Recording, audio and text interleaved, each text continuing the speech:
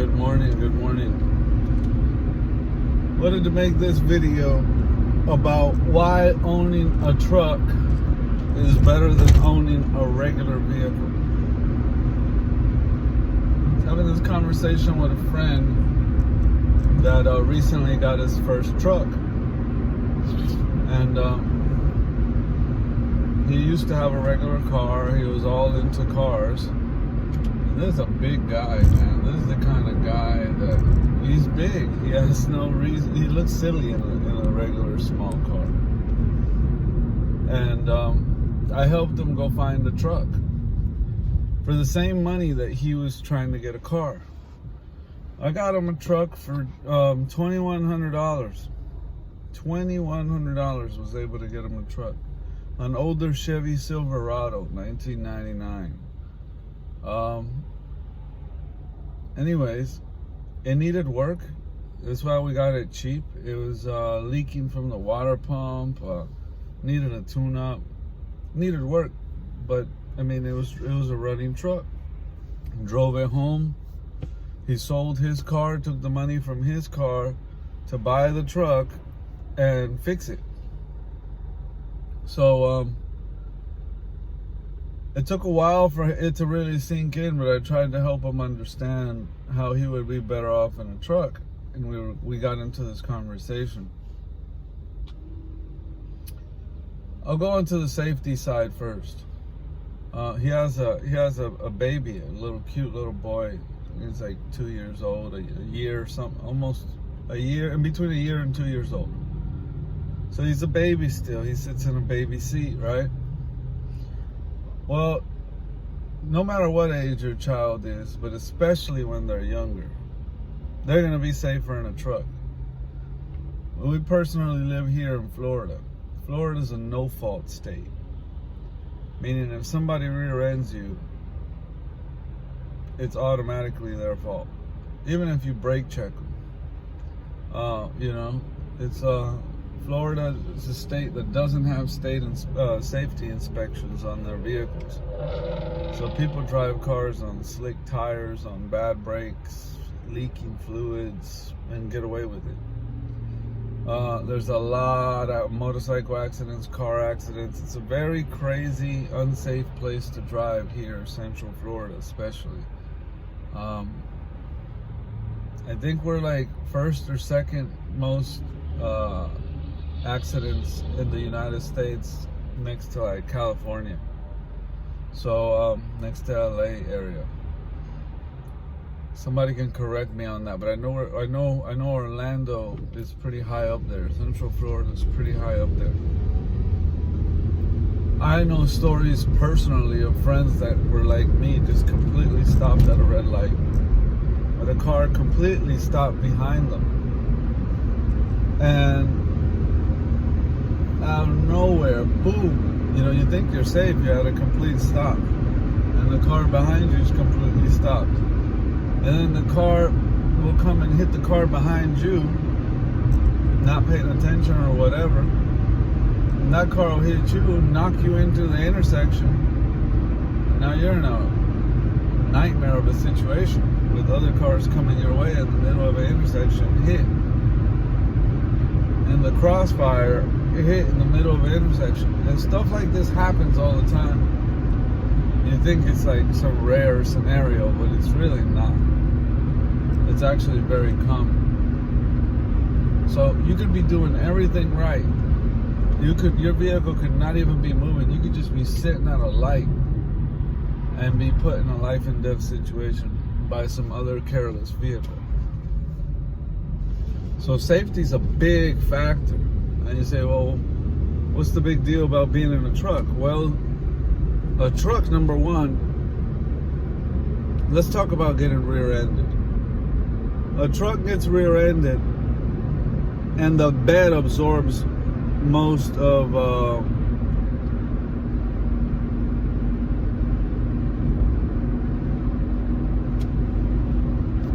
sorry, my son was texting. A bed absorbs most of the hit when you get rear-ended, and it puts the cabin further away from the hit. So in a vehicle like this vehicle, that trunk, if I get rear-ended, I'm in a little 4-door Honda Civic, that trunk in the back, if I get rear-ended, it's a lot closer to me. The bed usually separates the cabin further away. Most trucks, not all, but most trucks have solid metal bumpers. Cars don't. They have like an aluminum brace behind the plastic bumper at best. You're always better off. A truck's gonna take the hit better than a car is, than any vehicle is, even a bigger vehicle. Certain SUVs that have like the spare tire mounted in the back, those are good vehicles to be in if you get rear-ended, because that spare tire usually takes the hit. They sit up high enough to where if a smaller vehicle rear ends you in a truck or a SUV, it usually ends up going underneath you. And by going underneath you, it's less damage to you, more damage to them. So being in a truck, let's say you get sideswiped. Again, you're sitting taller, you have higher ground clearance. Being in a truck, you get hit head on. I mean, either way you get hit, the height of a truck sitting up higher is, you're always in a better position to receive a hit. Again, we're going to go to the size of the truck, not just the height. But if you were to get hit, I'll use this car as an example. And I bought this car temporarily, fixing it up to turn around and sell it. This isn't something I'm permanently staying in. So this is a temporary thing. Normally I drive my truck. My truck's getting work done on it now, so I'm driving this in the meantime. But if I'm in a small vehicle like this and a truck hits me, I lose no matter what. I lose no matter what. And if I'm in a big truck and another big truck hits me, then it's an equal hit. It's equal. It's one big object hitting another big object. So it's more of a fair chance, so to say, than if you were in a small vehicle getting hit by a bigger vehicle. These are just realistic things, like, I don't know if y'all have ever been in an accident in a small car with a big car, but it's not fun. It's not fun at all. I was in a Nissan Sentra, rear-ended by a big old Dodge Durango, one of the older ones, a lot heavier and bigger than these newer ones. And man, let me tell you, I felt it, messed up my back and everything, man. Like, it was bad. It was a bad accident. I was out for a while. I was in some real pain. And, I've been in other accidents, and had like 3 car accidents in my life. The end of it, what I'm saying is, once you've been in bad accidents, you learn to make safety number one. You don't sit here and say, oh, well, this smart little cute car is a 4-cylinder and it's going to get great gas mileage. You're not going to put gas mileage above safety. People that do that have never really been in that situation. The other thing is that you don't really save that much gas. You're really not saving as much gas as you think by driving your little 4-cylinder everywhere you go. You say, oh, $20 all week gets me around. Yeah, I hear what you're saying. But let's look at the grand scheme. Let's look at the big picture. Most of these trucks nowadays, I mean, even these V8s with cylinder deactivation, you got V8 trucks that have cylinder deactivation that when they're not always running on 8 cylinders. Sometimes they're running on 4.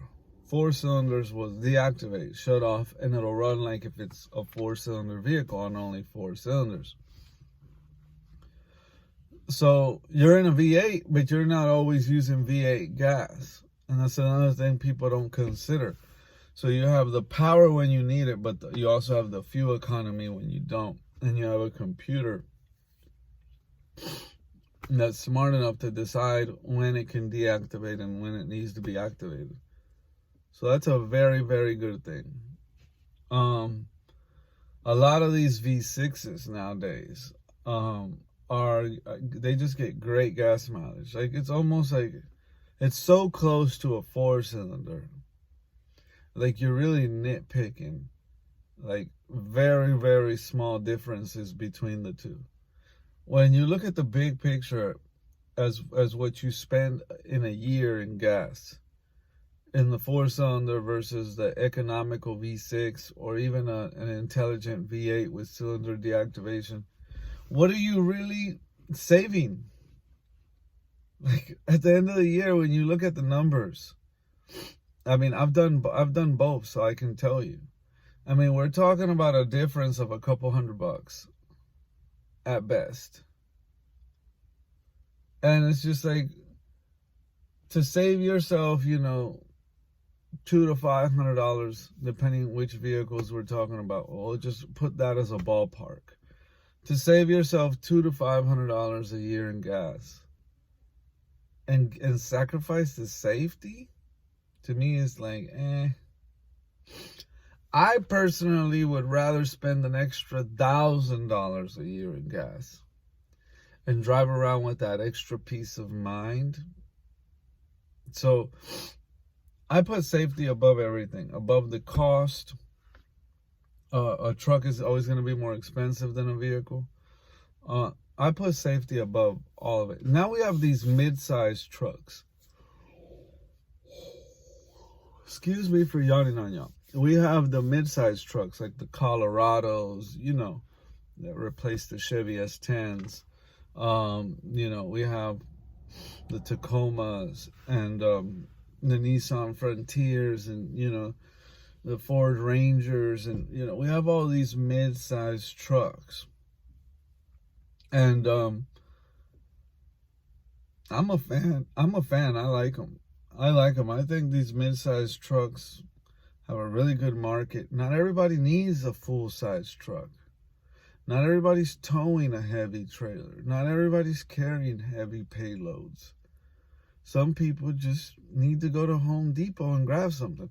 Some people just really like buying stuff on Facebook Marketplace like I do. And it's just like, you buy stuff on Facebook Marketplace, especially if you just got a new house, even a new apartment, you're going to want to swap out furniture. You're going to want to, go get little stuff to do little inside the house projects. Little things like lawn maintenance. If you have a yard that you cut, no matter how big or small, at some point, you need to take your mower to the mower repair guy. You throw it in the back of your truck. In a perfect world, I would say here in America, you would have an SUV for your spouse and a truck for the man. And not to say that women don't have trucks, because they do, and I think it's very sexy to see a woman in a truck. It's automatically cool points to me. But most women aren't into that. You find a woman that likes trucks, keep her. She's rare. Most women you talk to about, babe, I want to get you a truck, they look at you like, want to get me a truck? What the hell's your problem? Like, these women don't get it. It doesn't click. You got 4-door trucks, you got 2-door trucks, you got extended cab trucks. Like, she can do everything she's gonna do in her SUV in a freaking truck. Everything. She can go to the beach in the truck, not get stuck in the sand. 4-wheel drive. Even most 2-wheel drives on these trucks wouldn't get stuck in the sand at the beach.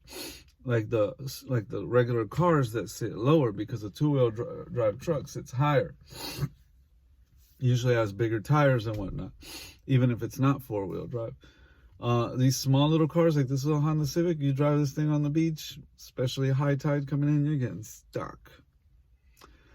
And I mean, these girls nowadays, they just want to look cute in some cute car.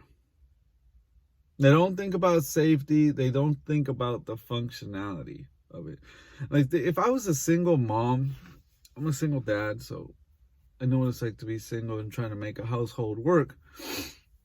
And as a dad, it's tough. So as a mom, it's even tougher. If I was a single mom, I definitely have a truck. Because I know I got to do stuff that the man would normally do. If I was in a relationship with a man, right? If I was a woman and I'm single, I know I have to step up to the plate and do stuff that the man would normally do. And it's hard to do that without a truck. A lot of these moms that say, I got a lot of kids and I need a minivan and I could lay my seats down flat and put stuff in it. You don't know how many times I've had to go do favors for people that had a minivan because I have a truck and they don't. So don't give me this, your minivan can do anything attitude. Can the minivan carry certain things? Yes, it can. Is a minivan handy when you have a bunch of little kids, especially a big family? Yes. When those kids, I think you can do it even in a truck. I mean, as long as you don't need the third row seat, you're good. You know, if I was a mom, I would be in a truck if I didn't have a lot of kids. And if they got older, like I know some single mothers, kids are older, they're starting to drive now. Yeah, they have a lot of kids, but they don't need to haul all their kids all the time, you know, so they could easily be in a truck. They did what they had to do in the early years in the minivan. It's time to now step up to a truck. But most of them don't want to. Like, it's hard to, most of them are hard to even talk into an SUV. They want some cool little cute car or a sports car or some kind of fancy looking sedan. You know, me personally, like, I'm not married, but if I was married, like my safety comes first, my spouse safety comes first, our kids' safety comes first. So I want to put her in the safest thing possible. Believe it or not, that's a truck. That's a truck. I don't want to, I mean, marriage, it's sickness and health, and good and bad, you know, till death do you part. I don't want to have to push my wife around in a wheelchair or have her not be able to sexually be as fun in bed because she was rear-ended in her cute little car and now her back is all messed up, you know, and I got to be fragile with her in the bedroom because of her injuries that could have probably not been as bad if she was in a bigger, safer vehicle. So, you know, these are the things that I think about. You might say, damn, Danny, you're a bit of an overthinker. Yeah, I am. So what? Get over it. That's how God made me. I overthink stuff. And I put a lot of thought into this. And it's just like, you can say, oh, well, what are the chances of that happening? Well, call it in the air, right? It's a coin toss. Call it in the air. And that's just a chance, me personally, I'm not willing to take. I am personally not willing to take that chance. I would rather, you know, say I played it safe. I made sure she was in a safer vehicle. Now, if something happens, an accident happened, and she was in a truck and a big SUV that I put her in, and it happened anyways, and you did everything you can do. What can you do? What can you do? But love her and try to get her through it. The same you would hope that she would do for you. But you don't put her in a little Volkswagen Beetle. You don't put her in a little Mazda Miata and a little two-door coupe and say, hey, go have fun, be safe. You know, it's just like, we buy cars and sell. I buy cars and sell them and flip them and buy them and sell them and flip them. It's okay if you bought something like to flip it. You know, we recently bought this Volkswagen Cabriolet, and it's a convertible. It's really not safe at all to travel with, but it's cute. and it's a classic. And I'm like, yeah, whatever. We can fix this thing up a little bit, and there's definitely money to be made in it. So for a short season, we drive it. This Honda for a short season. I'm fixing it up and driving it. I got it and fixed it up a little bit, and I'm doing some body work on it, and I'm going to sell it.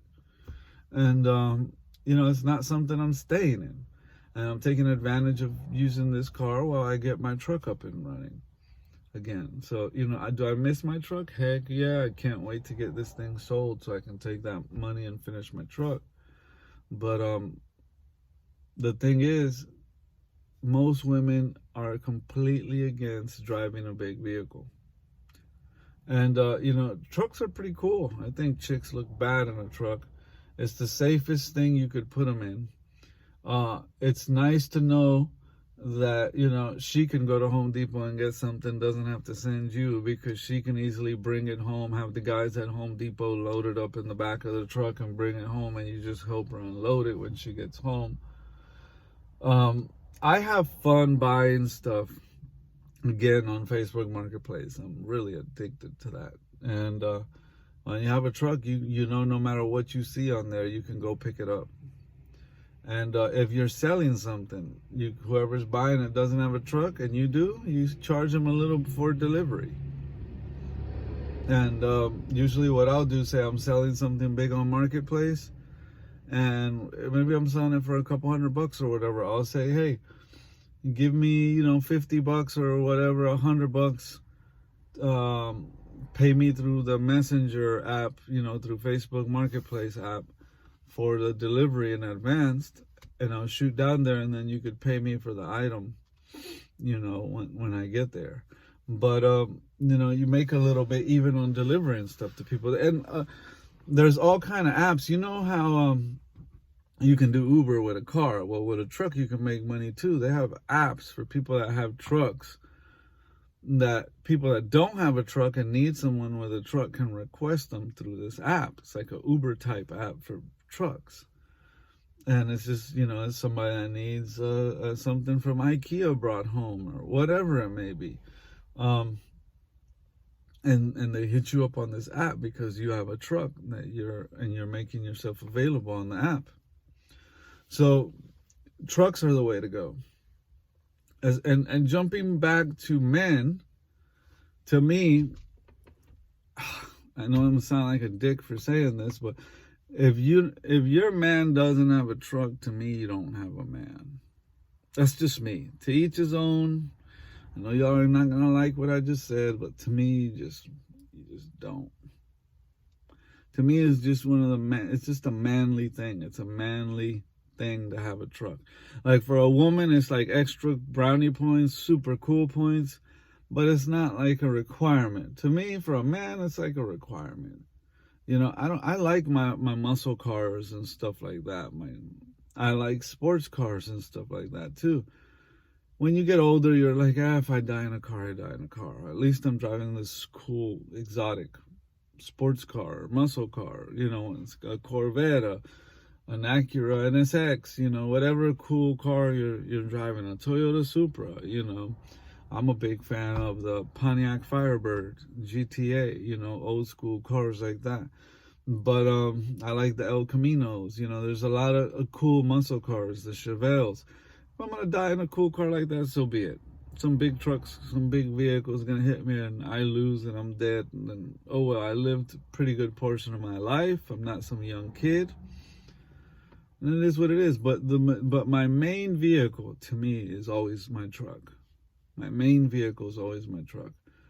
Going back to what I just said about kids, man, like if you're going to put your child as a new driver with no experience at all whatsoever driving, and you're going to send them out into the world as a young new driver, they don't have experience. And they're going to most likely be in an accident. Hopefully it's not a fatal one. And even if it's just a scary little accident that they easily recover and come out of with no major injuries, the higher the possibility of that, is going to be to put them in a safer vehicle. And, some people have 3, 4 kids. Me, I only had 1. So his safety to me is like, I can't afford to lose the only one I have. I'm not putting a price on the safety. I don't care about gas mileage. I don't care about how much more expensive a truck is. I'm putting him in a truck, period. In the story. He's driving a truck. That's his first vehicle. Chevy Silverado, 1500. OBS, 1996, old school. You say, why'd you get him such an old truck?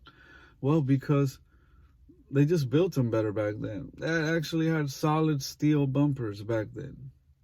They don't have all the airbags the new cars have. A 96 has airbags. It has a passenger airbag, it has a steering wheel airbag. It don't have all the side airbags, but it has at least 2 airbags.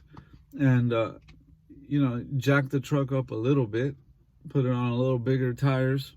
He's safe. He's good to go. That's a solid, heavy truck. He's gonna ride a sidewalk curb, he's gonna take a turn wrong, he's gonna move too far forward on the parking lots with the concrete thing there and want to rip off the bumper on some sports car. Somebody's gonna rear end him. Shoot, he might rear end somebody. But no matter what, I know he's gonna be better off in that truck. That's just what it comes down to. I mean, to me, with kids, you teach them to either go fast, to either like speed, or to be able to go anywhere. You either teach them to look cool and go fast, or to be able to go anywhere. And for me, my first vehicles were like 2-door cars, stick shift cars, So I fell in love with speed, making them want to go faster. But when your first vehicle is a truck or an SUV, you lean more towards the side of, I can go anywhere in this thing. Speed isn't really what you're drawn to. It's the fact that you sit up taller and you look down at everybody in cars instead of sitting down low in a car. You feel safer. You feel like you're in a bigger, heavier object. But you feel like you can do anything. Like you can drive over the curb. You can go through dirt roads. When it rains and there's big puddles in the road, you feel safe driving right through them. In a small car, you look at them like, ooh, that puddle looks like it can be kind of deep. It might be too deep. I don't know if I want to try it in a small car. But in a truck, you're just like, who cares? Move out of my way. You plow right through that puddle, And you make it better for people that come in small cars behind you because you cleared some of the water out with your big truck when you went through. The kid's always going to be better in a truck. The same with the wife. Like, look, we had several hurricanes here in Florida. I mean, last one, Hurricane Irma, Matthew, you name it. These hurricanes, even if they didn't take your house down, they brought power lines down. They brought heavy rain, flooding. There was a lot of levees and stuff that just weren't draining. A lot of sewers that weren't draining. I mean, water was an issue. Debris in the road, whatnot. And when the storm passed, and you needed to go out and try to find some gas for generators, some supplies. In your vehicle, it's not looking so good in your little small tiny vehicle. You wanna be able to go out in something that can handle those situations. And I know that, let's say there's a storm coming and it's just a tropical storm. It's not a hurricane, but it's still a tropical storm. It's heavy rain. And maybe it started storming while your wife's at work, while your kid's at work, while your kid's at school. And by the time they get out, there's flooding and everything. And maybe the storms let up enough for them to drive home, but it left some big puddles and flooding. Now they have to try to get home. And there's certain intersections, the way the streets are shaped, where water just builds up and they flood. So now you have to either be worried that they're in this small little car, they're going to be able to get home safe, or you can be a little more relaxed that they're sitting in a big truck or a big SUV, and they'll be able to get home. You know, so again, there's many facets that I've thought about this. I have a friend that I admire and respect very much, and he has a new Mercedes SUV, forget the model, GL63 AMG, something like that. It's the 463. It's the big one, the big SUV. It has massive, like 22-inch rims on it. It's a gorgeous car. I love the paint. $60,000 vehicle. It's a beautiful vehicle. 2018. It's gorgeous. Here's the thing though about it. That's too nice of a vehicle to take out in inclement weather.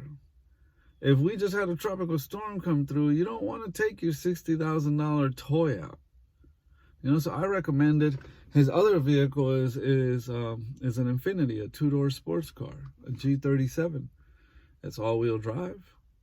You'd think it can drive through water fine. No, what that all-wheel drive on a G37 will help him do is if it's raining, like normal raining, and he's on the highway and he hits like a small little puddle on the highway at fast speeds and goes to hydroplane, you know, where the tires skate over the water and lose traction for a second, he won't have that problem, that scary feeling like if it was rear-wheel drive, because it's all-wheel drive and the front tires will keep traction if the back tires lose traction, or vice versa. So he won't have to worry about hydroplaning, but he doesn't have the height of a truck, doesn't have the ground clearance of a truck to go over heavy puddled areas. The car's too low. He'll end up sucking water in the engine and damaging the motor, or not even being able to drive through it, probably, depending on how bad it is. He's putting the car at risk, even attempting driving through the puddle without really knowing how deep it is. In a truck, you just like, you don't care how deep it is. You're driving straight through it.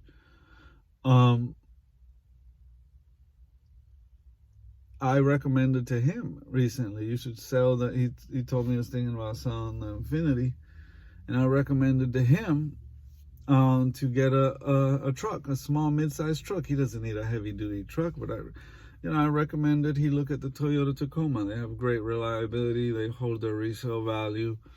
Those things come with a 4-cylinder. Did you know that you can get a Tacoma with a 4-cylinder and still get great gas mileage? But, you know, the V6 to me gets even great gas mileage too for a V6. So I'd go with a V6. But if you really wanted to be a pinch a penny kind of guy, you can get in a 4-cylinder. I would get the V6 because if he ever wanted to pull a small trailer or something, you know, he can do that with the V6, have a little more power, a little more passing power. That Tacoma with the 4-cylinder, I've driven it. And it's like sometimes you're on the highway and you need to get in front of somebody to get off your next exit or whatever, and you try to overtake them, and the truck has no balls with that 4-cylinder, and it is pathetic. You know, with the V6, you got a little balls to it. So I recommend a V6 Tacoma for him.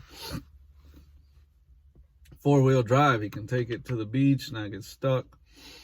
You know, does he get a little less gas mileage? Yeah, but so what?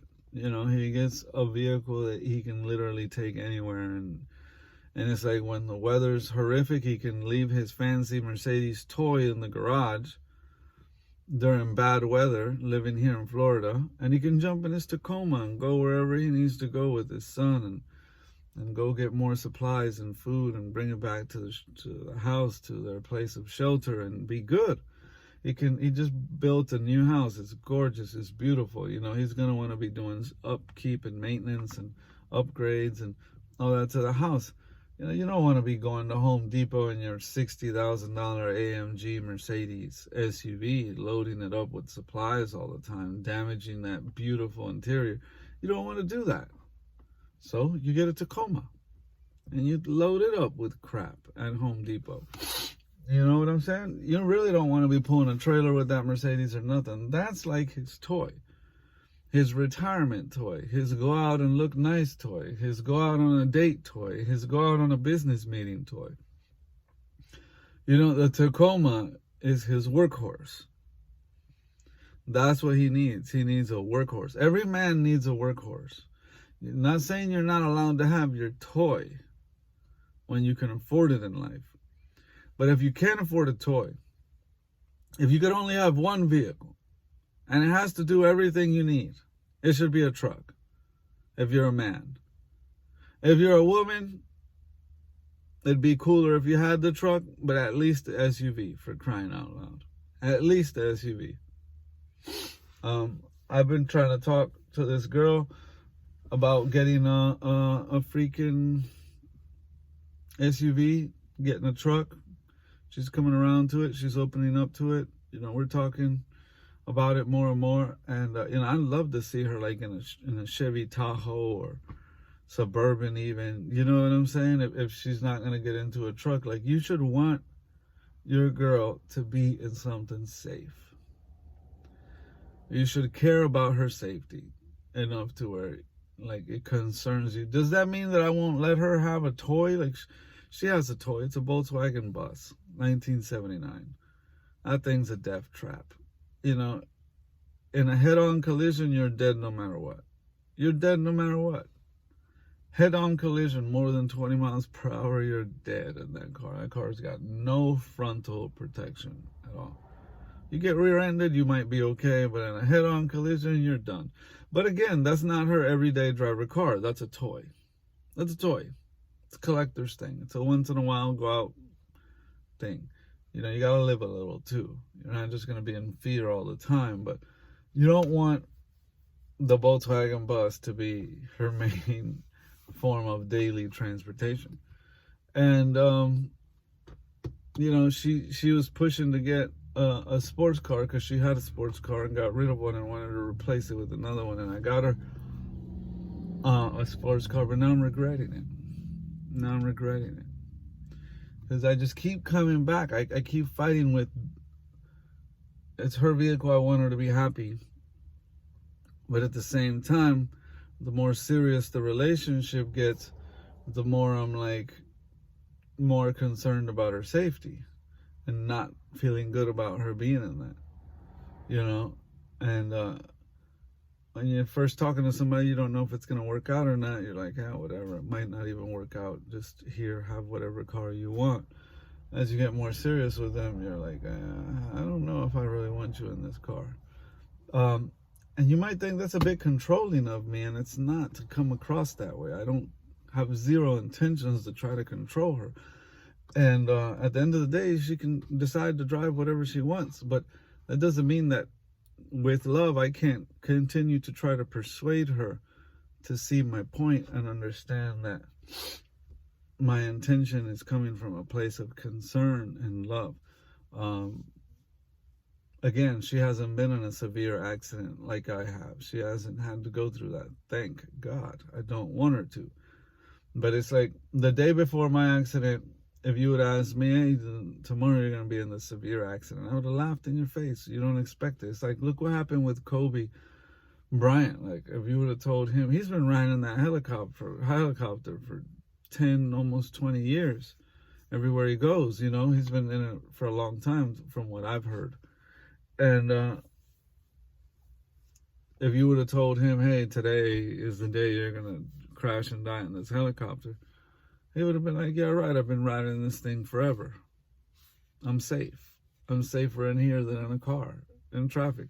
He trusted that helicopter. He rode in it day in and day out for years.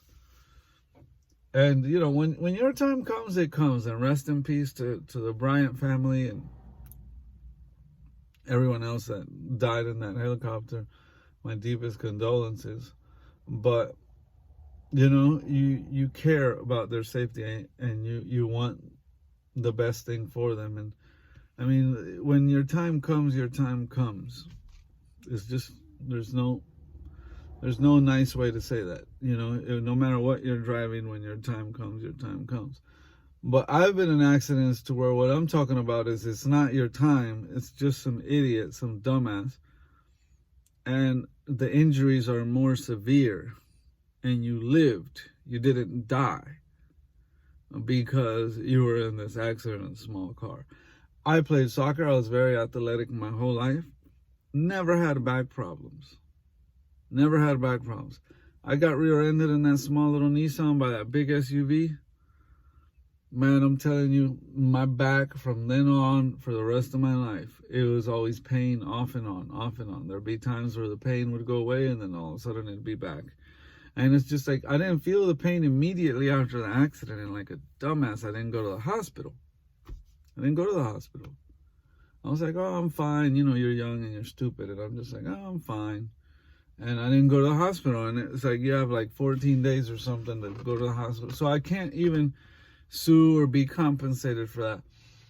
And it wasn't until like 2-3 months later that I started really feeling back pain, and then thinking deeply, it was like, man, I was fine. I've never felt pain like this. I don't know how I hurt my back. I haven't done anything else to hurt my back.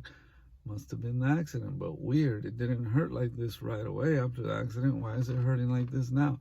Sometimes those pains from those accidents, when you get rear-ended, they sneak up on you later. And then they haunt you for the rest of your life. And you're always fighting that back pain. I ended up having to get one of these things called a teeter hang-up. It's like an inversion table where you step up on it and it straps your ankles to it, and then it'll flip you upside down. And as it flips you upside down, it releases the tension from all the discs in your back, and it allows fluid and everything to get in between there, oxygen, you know, and all the cartilage isn't impinged. And you can do the research on inversion tables. But I got a teeter hang up. I was going to a chiropractor. I had a teeter hang up. I would invert every day, and it started helping me with my back problems. But I'd get better. I'd be like, oh, I'm good. And then eventually something else, it'd come back. And that pain has been there haunting me my whole life since that accident. And I believe if I would have been in a truck, if I would have been in even a bigger SUV, it would have been a big SUV against a big SUV. It would have been a big SUV against a big truck. It would have been a more equal exchange in the impact. But it was very unfair. It was a very big Dodge Durango, the old school, ugly Dodge Durangos, big, bulky ones. Like, I want to say early 2000s, late 90s Dodge Durango with the V8 in it, 5.2, 5.9, I forget. Yeah, those. I know the body style. So that thing plowed into the back of my Nissan, my little Nissan Sentra. And it was one of the older Nissan Sentras, late 90s, early 2000s, you know, small body style. I got hit hard, and it was a 4-door. It wasn't even the 2-door Sentra. Still, the hit was like boom. So the damage can be severe. It can come back to haunt you for the rest of your life. I don't want to make this video too much longer, guys. I think I've like blabbered on about why a truck is so much better. I hope that it would at least make you consider and think about trucks in a different way. And you know, a lot of trucks have the stereotype, you know, about, oh, I don't need no manly truck. You know, women look at it like that, and men also that don't work, aren't usually hands-on type of man, don't see the value in them. But it's just like, man, like, even if you're not a hands-on guy, like here in Florida, for example, you might work at a desk. You might be one of these guys that works at a desk Monday through Friday, 9 to 5 kind of guy. You don't really work with your hands. Hurricane season comes, you're going to want to go buy some plywood. You're going to want to go get some sandbags. You're going to want to go buy a bunch of water. You know, like, there's just, in life, you're going to use a truck. No matter who you are, you're going to use a truck. You know, a truck is just the way to go. If you have a dog, you can get a camper cover for the dog and take trips with the dog and know that the dog is good back there and it doesn't stink up or damage your interior. I mean, I could just make this video 3 hours long rambling about trucks because I'm a truck guy and I love them. And I am a bit biased, but I wanted hopefully to have y'all understand in the video why. Give you some of the reasons why I love my trucks more than my cars. And I was a motorcycle guy. I went from a motorcycle guy, because I learned how to ride motorcycles before I ever learned how to drive a car. I was riding dirt bikes since I was a little kid. And I went from a motorcycle guy saying four wheels moves the body, two wheels moves the soul. You know, it was in my soul. I loved motorcycles. I went from the motorcycle guy to the speed guy, sports cars, fast, turbos, two-door coupes. Then I went through a sedan phase. I went through my convertible phase. You know, I went through all those phases, young. And then I went through my SUV phase. And I got into my trucks. And it's just like, after having been a guy that's gone through all those phases, so I say that to make you understand I can relate with everybody watching, no matter what vehicle you're into. I've probably owned it. I've had a lot of cars, more than the average person. I go through cars. I'm always taking some fixer-upper project, fixing it, keeping it for a while, and reselling it. No matter what car you've had, no matter what type of car guy, car girl you are, I can relate. I can relate.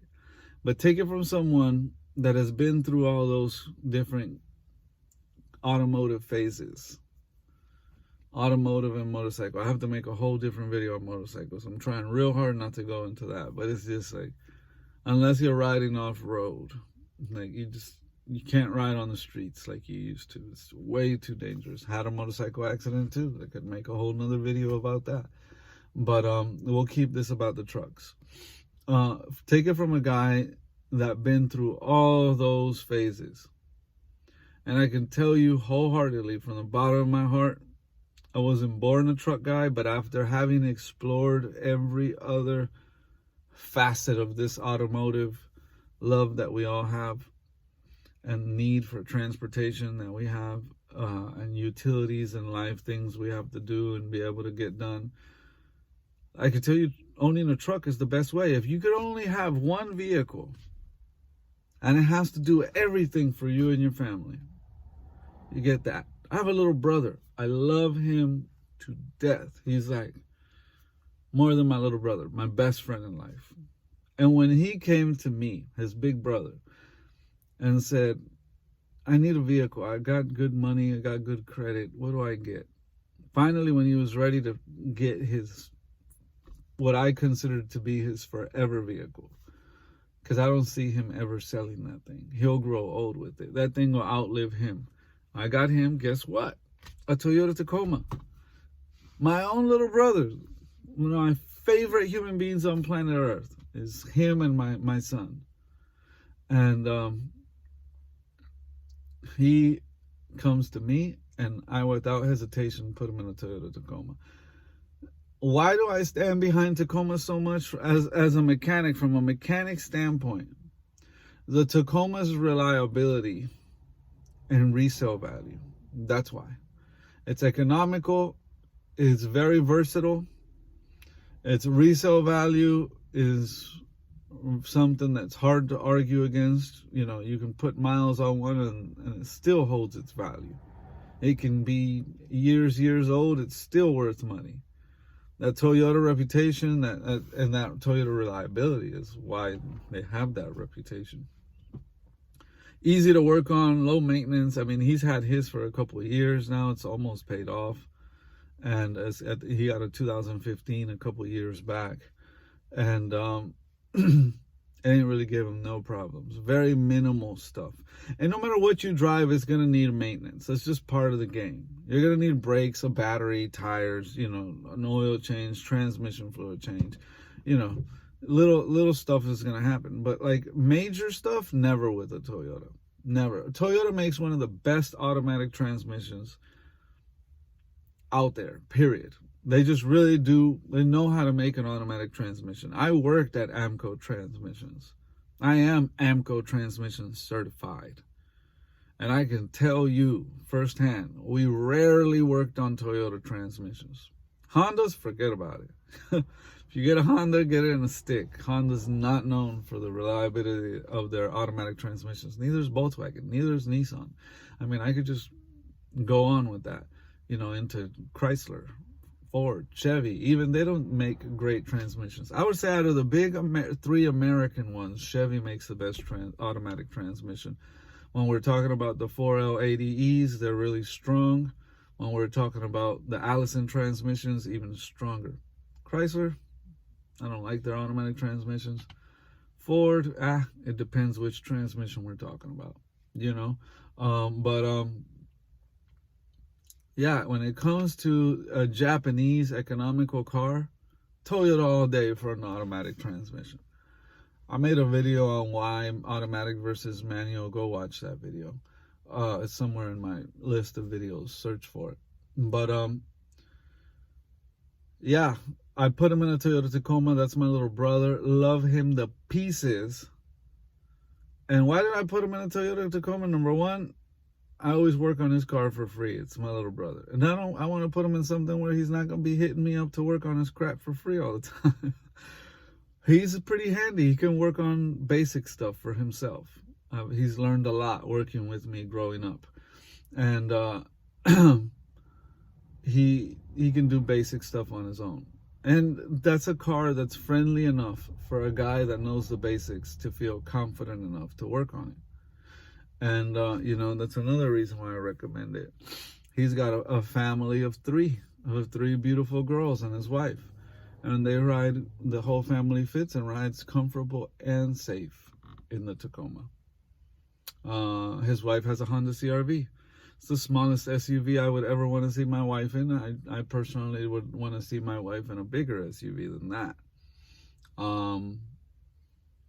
But yeah, if I was him and I was looking to get the wife a new car, his wife, I would probably put her in a Honda Ridgeline. On the Ridgeline. Because here soon his teenage daughters are going to be old enough to drive. And they can keep that little CR-V going. They put a new engine in it, and it's going to be around for a while until the transmission goes. And then they'll have to put a transmission in it and give it to the daughters. But I would put the wife in a Honda Ridgeline. It's like a truck but a SUV mixed together. And it's the perfect wife vehicle, if you ask me. It's a friendly truck to introduce to a woman that's not really a truck woman.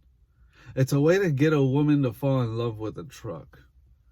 To a man, the Honda Ridgeline isn't really a manly truck, but a girl sure looks good in one. Your wife will be safer in one.